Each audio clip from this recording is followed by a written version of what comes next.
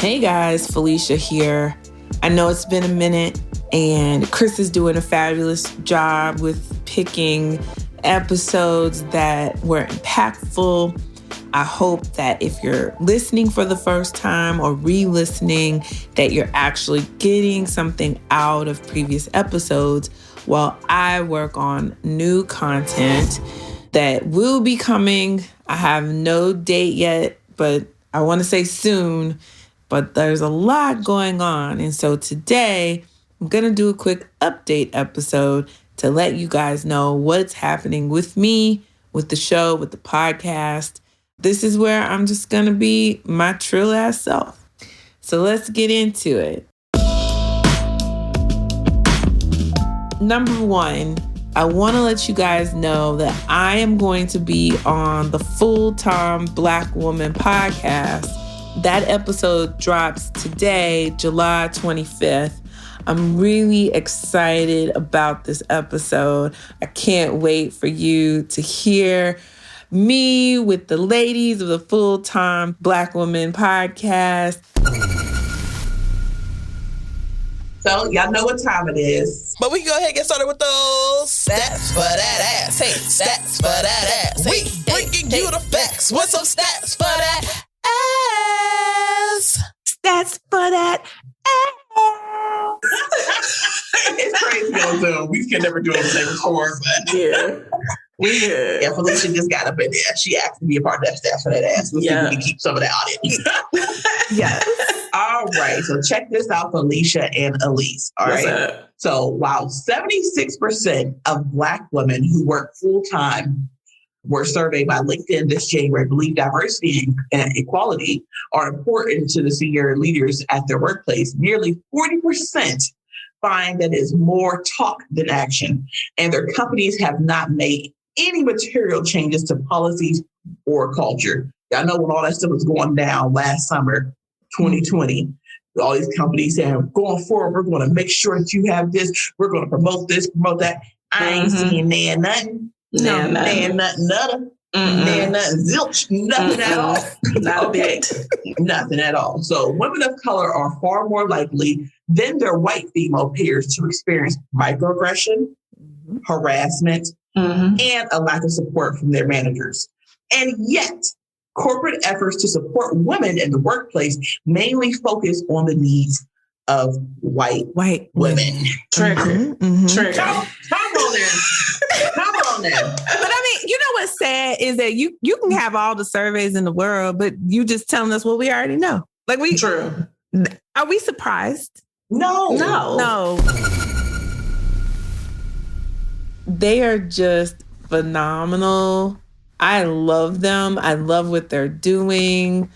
One cool thing is that they are on a mission to give us a safe space, which I absolutely love. We need more safe spaces. I was completely and utterly honored to talk with Isha Bell and Elise Real, keeping it all the way real about how we need to navigate these workplaces so that we can get our best possible outcome. So the show is full of nuggets. I even got to sing stats for that ass. I'm so excited about that. And so I want you guys to check that episode out. And it is dropping Sunday, today, when you should be listening to this as well.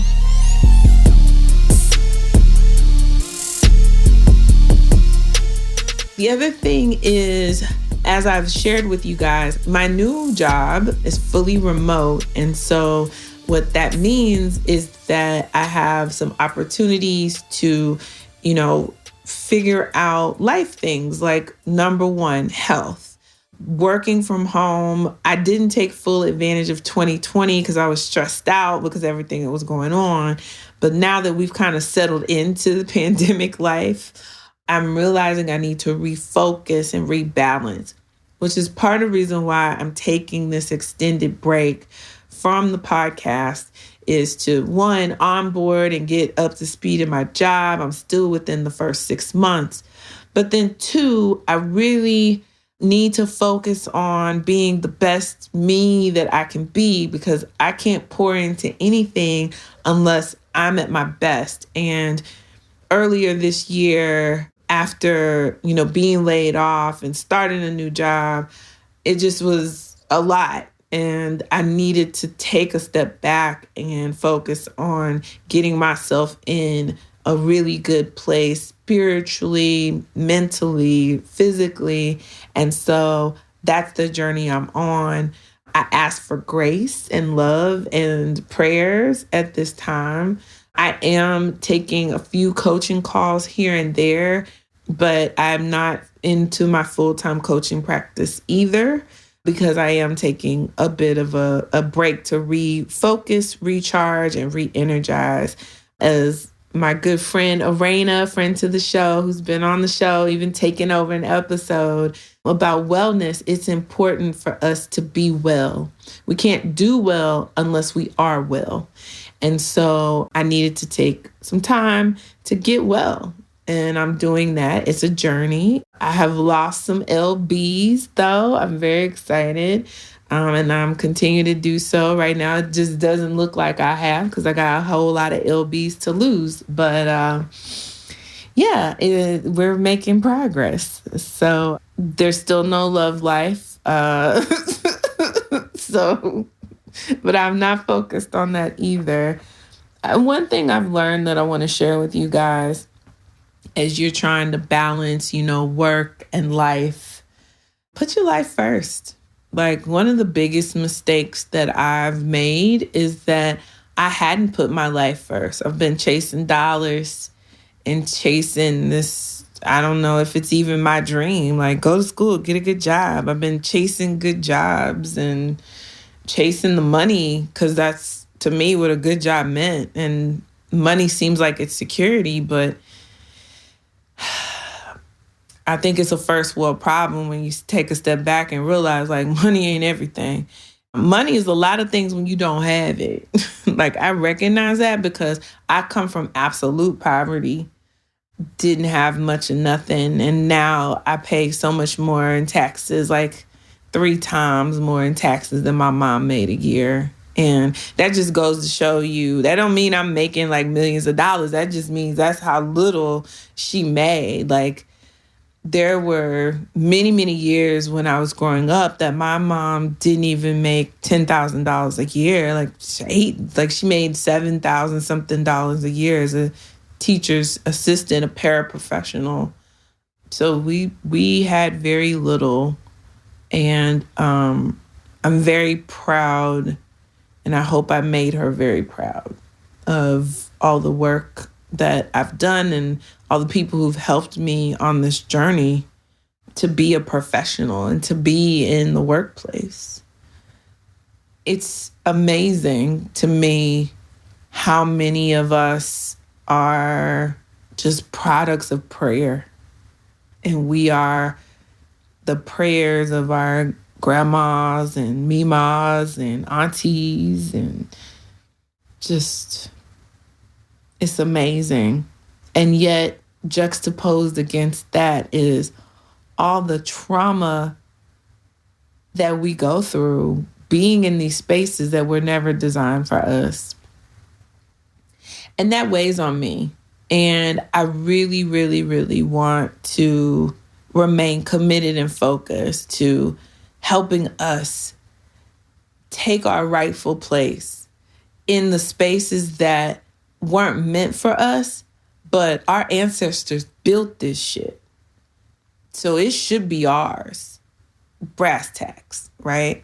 But let me not be over here riling y'all up and trying to start a revolution. It's not my purpose. My purpose is to get you the tactical, very tactical tools that you need to make this work. The other thing I'm working on is also really trying to figure out, the business model for this podcast. I've been doing this since 2017, technically.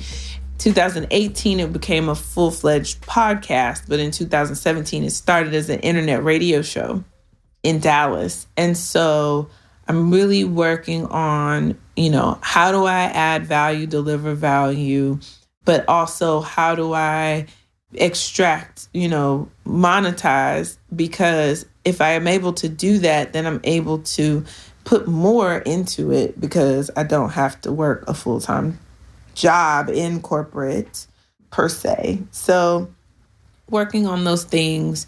And I think I'm really torn because the reason why I do this podcast is that we need representation. We need Black women in C-suites and down in these companies.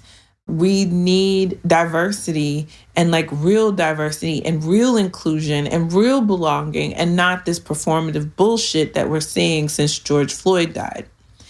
And so I want to help us position us to show up and show out in these spaces and make room for the ladies that are coming up behind us.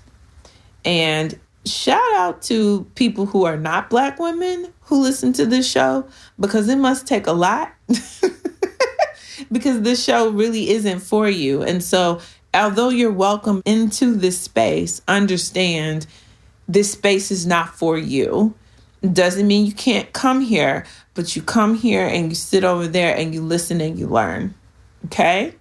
Because this space is for Black women specifically. Shout out to my brothers. I love y'all. Absolutely. But again, this space is for Black women. And I'm unapologetic about it because there's not that many spaces in the world where we can just exist and be free. And I refuse to change myself or dumb myself down or change, anything about what nobody likes about me in order to show up in a way that placates anybody but us. Okay? So just wanted to put that out there. If anybody didn't understand from before, I just wanted to drive for clarity. Me and my corporate speak. All right, guys. So I was taking a short break from a brief that I'm writing for work. So I'm going to get back to it. I really appreciate you guys rocking with me. I love you all. Remember, you can hit up ask@trillianba.com. If you have any questions, me and my team, the small team, small and mighty, we'll get back to you as soon as possible. And remember, you got this. You really do got this. And I know sometimes it feels like you don't, but you do. And I know sometimes you don't know the answers. They'll come to you. And I know sometimes you feel overwhelmed. Take a deep breath. You got this. Okay? So I'll be back soon because I miss y'all. And I have lots of podcast fodder I've been adding up. We've got some great guests that I'm working on, and I hope they can forgive me for all the delays.